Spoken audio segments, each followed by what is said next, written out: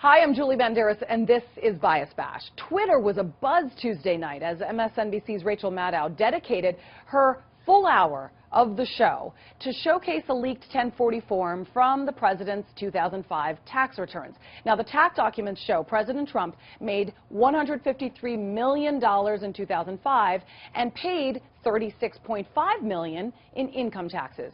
The revelations basically sparking debate among the press as whether the reveal was overhyped by MSNBC. Here with reaction is Kate Martell, national political reporter with The Hill.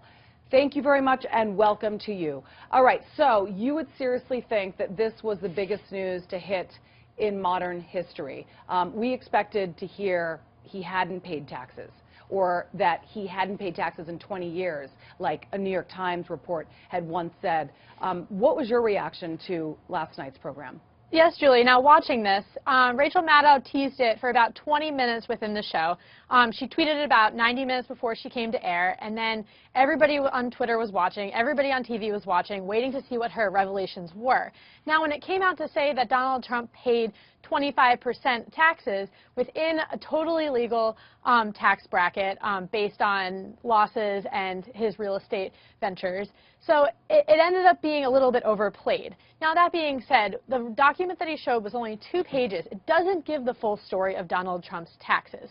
What it can show, yes, is how much he made and how much he ended up paying. But I think that the real story going forward from here is how did Donald Trump manage to make this? So, yes, he paid 25%. Now, only $5 million of the $38 million was actually income taxes. The rest of it was the alternative minimum tax based on losses that he had taken in his real estate venture. So whatever he's doing, this is totally within the legal authority. Rachel Maddow show made it sound like what he was doing was illegal and overblew it a little bit, especially when there was a small story, but a story that could have been talking about, but they kind of blew it a little bit. Yeah, well, speaking of illegal, the White House slammed the bombshell findings and called it illegally published. Rachel Maddow made it very clear that these were not illegally obtained, that they were in fact mailed to a journalist who chose to then share it with MSNBC. MSNBC, they are journalists as well. They've been referred to, and so has many people, many outlets in the media, as fake news by the Trump administration. But nonetheless, the First Amendment does allow you, as a journalist, to share news that investigative reporters have to seek. And sometimes investigative reporters don't just get newspaper headlines, they actually have to dig for information, and that is the free press. So nothing really illegal about this, despite the fact that the White House is calling it illegal. Do you agree with that? Yes, exactly, Julie. I think you just hit the nail on the head there, that yes, it was sent to the Rachel Maddow show, and yes, they ended up reporting it. The Trump administration was not happy, but I think something that's a little bit interesting to take away from this is that the Trump administration has been saying that they wouldn't release their taxes because they are under audit and it wasn't physically possible.